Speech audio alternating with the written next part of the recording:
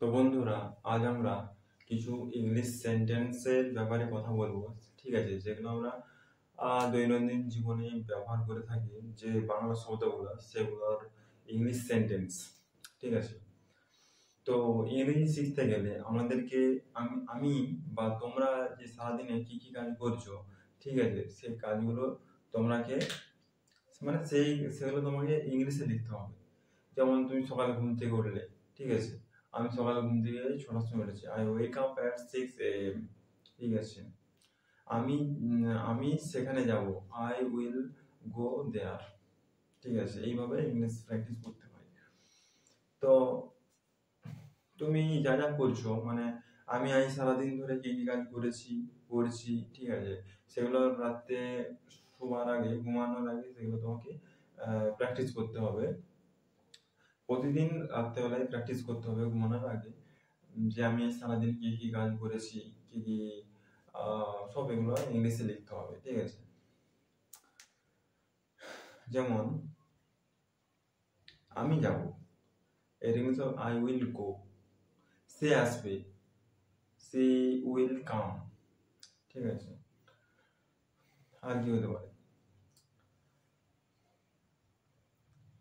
তুমি ভালো ছেলে, ইউ আর গুড বয়। তুমি ভালো ছেলে, ইউ আর গুড বয়। আমার নাম Rahul, my name is Rahul. এইভাবে ইংলিশ প্র্যাকটিস করতে হবে প্রতিদিন তোমাকে। আধ ঘন্টা মিররের সামনে, আয়নার সামনে এটা প্র্যাকটিস করতে হবে। ঠিক আছে, এবং এতে তোমাদের প্র্যাকটিসটাও করবে, আর নিজের যে কমিউনিকেশন স্কিলস, ঠিক আছে, সেটাও অনেকটা ডেভেলপ হবে। তো তোমরা যদি এটা করতে পারো, ঠিক আছে, আমি জানি যে তোমরা সারাদিন তোমরা বলবো অনেক আমরা ব্যস্ত থাকি। তোমরা এই জন্যই ব্যস্ত থাকো কারণ তোমাদের কোনো লক্ষ্য থাকে না। ঠিক আছে, একটা নির্দিষ্ট কোনো পার্টিকুলার জিনিসে তোমাদের লক্ষ্য থাকে না। ব্যস্ত থাকার কারণ হচ্ছে তোমাদের নির্দিষ্ট কোনো লক্ষ্য নাই। নির্দিষ্ট জীবনে লক্ষ্য রাখতে হবে যে আমি এই কাজটা করব এই সময়ে এই কাজটা শেষ হওয়ার পর আমি অন্য কাজটা করবো।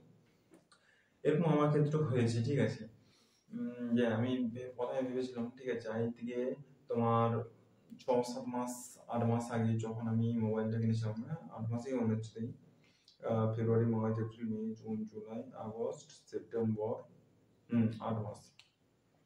তো আজ থেকে যখন 8 মাস আগে আমি মোবাইল কিনেছিলাম, এই মোবাইলটা, তো তখন আমি ভেবেছিলাম যে আমি খুব ভালোভাবে প্র্যাকটিস করব।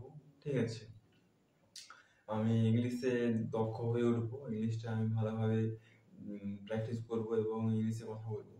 কিন্তু আজ 8 মাস হয়ে গেল, আমি ইংলিশে কথা বলতে পারি না, একটু আধটু পারি।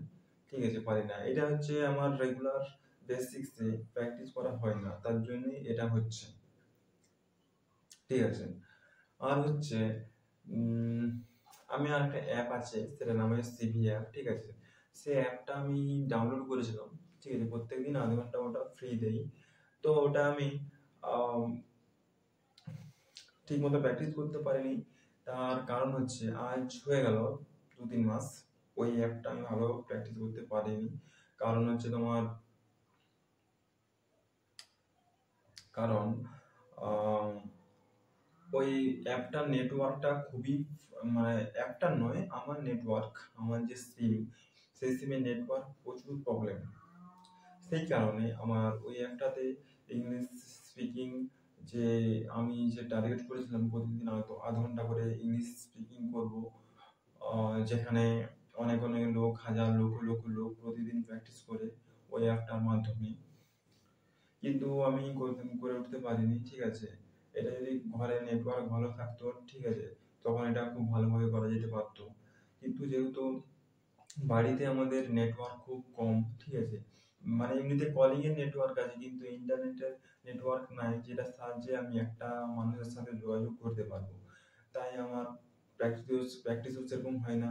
ঠিক আছে, আর আর আমি ভাবি যে সবসময় ব্যস্ত আছি, কিন্তু না, আমার নির্দিষ্ট কোনো লক্ষ্য নেই। ঠিক আছে, যে কারণে আমি কি করছি, নি কাজ করছি কাজ। ঠিক আছে, মানে যেটা আমার দরকার সেটা হচ্ছে না, ঠিক আছে, ডিস্ট্রাকশন গুলো আসছে মাঝে মধ্যে।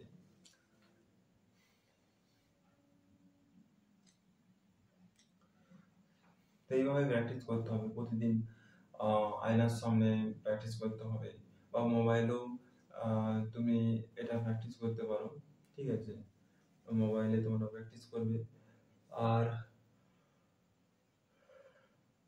এটা শুনতে হবে, বারবার শুনতে হবে যে আমি ভুলটা কোথায় বলছি, ঠিক আছে, ভুলটা আমি কোন জায়গায় বলছি সেটাও তোমাকে এটা প্র্যাকটিস করতে হবে, ঠিক আছে।